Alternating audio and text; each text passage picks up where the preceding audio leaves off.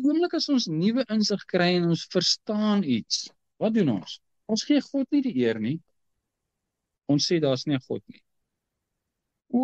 Ek verstaan nou hoe werk die reën en die wolke en die immuniteit en die lugvochtigheid en die vog wat deur die son warm gemaak word en dit styg op en dit kondenseer en dit vorm 'n wolk en dit skuif van 'n hoogdruk na 'n laagdruk en dan koel dit af en dan begin dit reën en nou verstaan ek, daar's nie 'n God nie.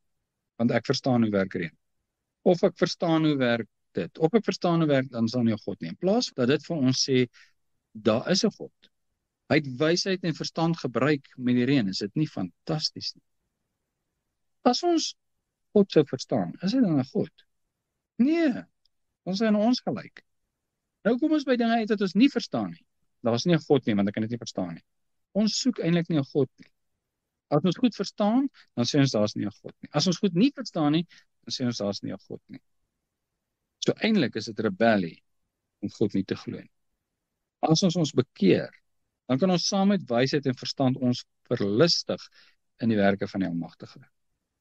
En dit wat ons nou in is vervloek. Hy het vir Adam gesê, om jou ontwil het ek die aarde vervloek. Dorings en distels, jy sal koring saai en dorings en distels sal opkom. En die sweet van jou handsken sal jou brood verdien. En dis waarna ons leef. Was dit deel van die beplanning van Vader? Is dit wat hy geskaap het? Nee, dis wat dit geword het. Maar dit gaan terug soontoe. Sondag se boodskap het gegaan oor die hoop. En dis die hoop, dit gaan terug na wat Adam in was.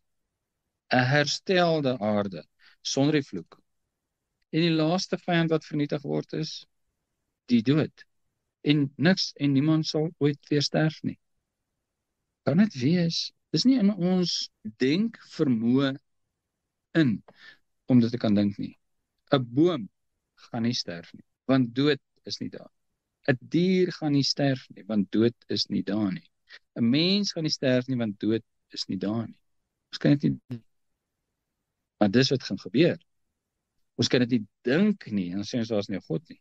In plaas van dat ons dit nie kan dink nie en sê, groot is ons God.